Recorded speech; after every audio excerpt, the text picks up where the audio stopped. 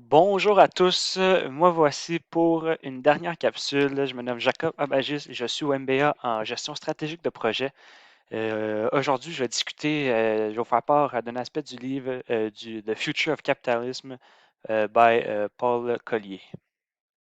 Collier, ouais, c'est comme ça que ça se dit. Mais avant tout, pourquoi est-ce que j'ai choisi ce livre-là?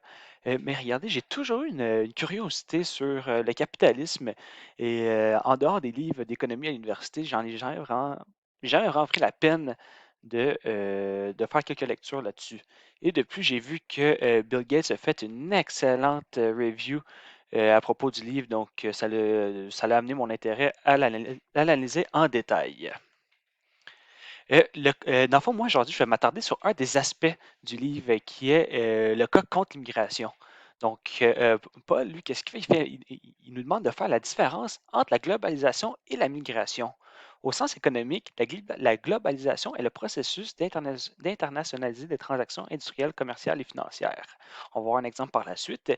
Et la migration, c'est le déplacement de population d'un pays à un autre. Un exemple de la globalisation.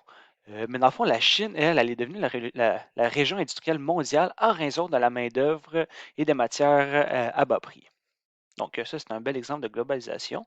Puis, en ce qui concerne l'exemple de migration, Paul, lui, il dit qu'il y a vraiment un avantage absolu à faire une migration. Il donne l'exemple d'un docteur au Soudan qui décide de migrer en Angleterre pour devenir un chauffeur de taxi.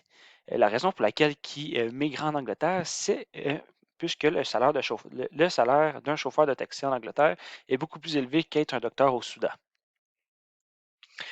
Par contre, il y a une belle problématique, ben, une belle problématique. Il y a une problématique qui vient à un processus de migration. Donc, le Soudan, eux, ils ont perdu un docteur et il y a maintenant plus de compétition pour les chauffeurs de taxi.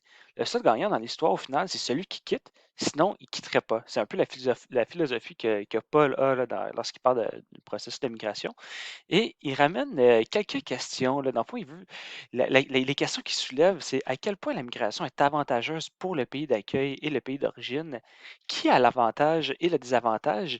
Et le point le plus important, oh, j'ai pas mis le point d'exclamation, mais c'est de vraiment voir comment est-ce qu'on fait comment est-ce qu'on peut transférer le bénéficiaire au perdant. Donc, vraiment, comment est-ce qu'on fait pour transférer tous les avantages au perdant, donc au pays qui perd le docteur. Là. Donc, c'est un peu la piste de réflexion que Paul a dans sa discussion contre sur la migration. Donc, je vous remercie beaucoup de m'avoir écouté dans cette dernière capsule et je vous souhaite une excellente fin de journée et un joyeux temps des fêtes.